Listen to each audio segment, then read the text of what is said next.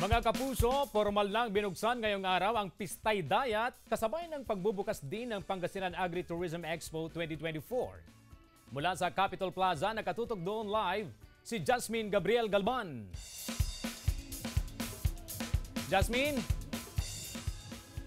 Good afternoon, CJ. Good afternoon, mga kapuso. Kumakaway ng selebrasyon ng Pistay Dayat 2024. Dito ho yan sa probinsya ng Pangasinan. Especially ngayong araw ay formal nang nagsimula ang Pistay Dayat at Pangasinan Agritourism Expo 2024 kung saan syempre tampok ang one town, one product ng iba't ibang bayan. Dito ho yan sa probinsya ng Pangasinan. Actually, 12 bayan yung nag-participate para sa expo at nakakatuwa dahil talagang napakaraming mga produkto ang ating nakita na simula pa kaninang alas 3 ng hapon. Alam mo, nakakatuwa, CJ, dahil sa aming pag-iikot dito sa expo ay nabusog na kami. Nariyan yung produkto, gaya na lamang syempre pinagmamalaki ng kalasyaw, ang puto, natikman na natin yan kanina. Natikman na rin namin yung ipinagmamalaki ng bugalyon at saka ng mga taram na napakasarap na tupig.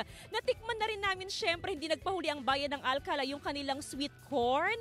Meron pa sila ng mga veggie noodles na talaga nga namang napakasarap dahil may pasample sila kanina na niluto. At syempre, ang alam na alam ng ating mga kapuso, ang pakwan, ang fresh pakwan mula naman sa bayan ng Bani at meron ding pakwan sa bayan naman ng Labrador. Napakarami pang mga produkto actually, CJ. May mga gulay, may mga native delicacies, may mga produktong tatak talaga, tatak Pangasinan talaga. Kaya nakakatuwa. I'm sure ma-enjoy ng ating mga kapuso yung kanilang pag-iikot, pamamasyal dito syempre sa Agritourism Expo na bahagi ng Pistay Dayat Celebration. Pero CJ, syempre makikisaya din sa Pistay Dayat Celebration si Chef J.R. Royal ng Farm to Table. Sasabak siya bukas doon sa Punsya, The Pangasinan Culinary Challenge. Bukas yan, mga kapuso, April 13, alas 7 ng umaga sa Provincial Training and Development Center 2. Kaya naman, mga kapuso,